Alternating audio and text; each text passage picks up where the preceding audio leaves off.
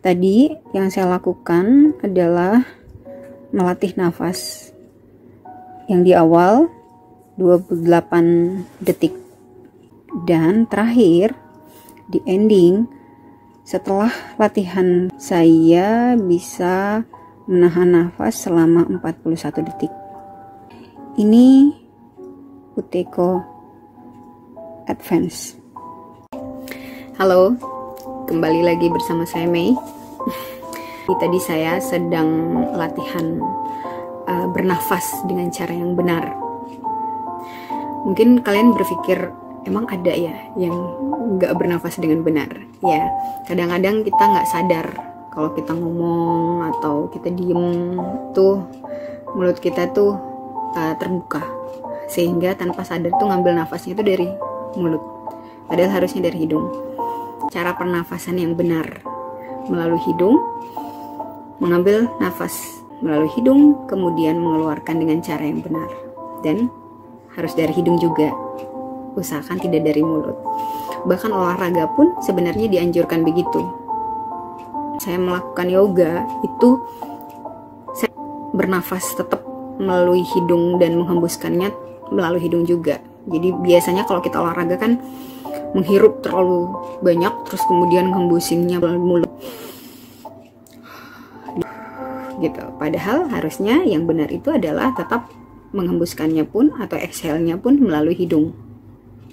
Coba Anda cek setiap kali Anda merasa cemas, takut, itu biasanya tuh nafas kita tuh jadi lebih cepat, nafasnya jadi boros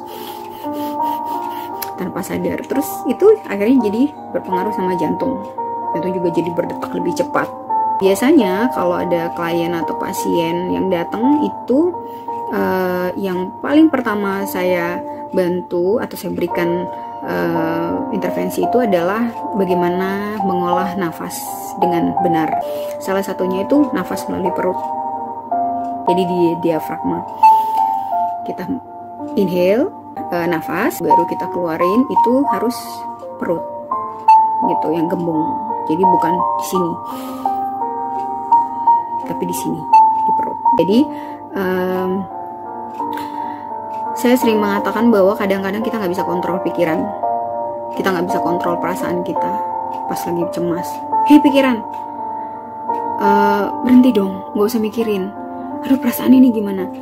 Mungkin kadang-kadang berhasil kita membuat, karena pikirannya itu kan misalnya seperti teknik CBT kan, kita belajar untuk bagaimana membantu pikiran kita itu supaya bisa lebih tenang, terus kemudian membantu bagaimana kita mendesain dalam pikiran kita supaya kita bisa lebih bisa mengolah apa yang kita pikirkan, sehingga jatuhnya juga akan bantu perasaan.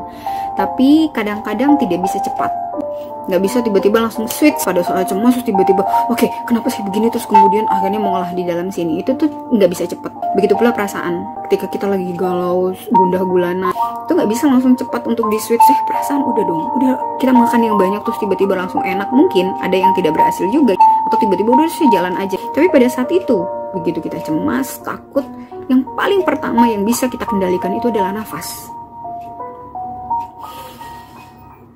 Makanya kalau kita lagi marah, kesel dalam keadaan berdiri, dianjurkan untuk duduk. Kalau masih nggak bisa lagi, masih kesel, baring.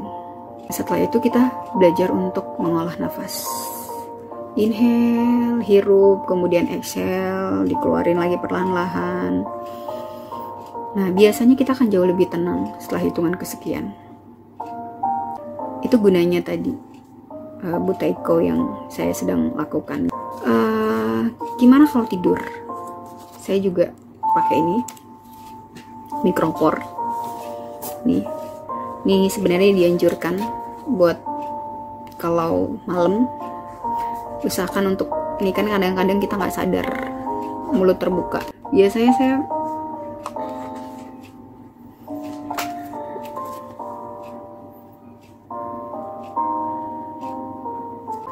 itu kalau baru pemula ini aja. Nanti kalau sudah mulai sudah terbiasa, boleh semuanya.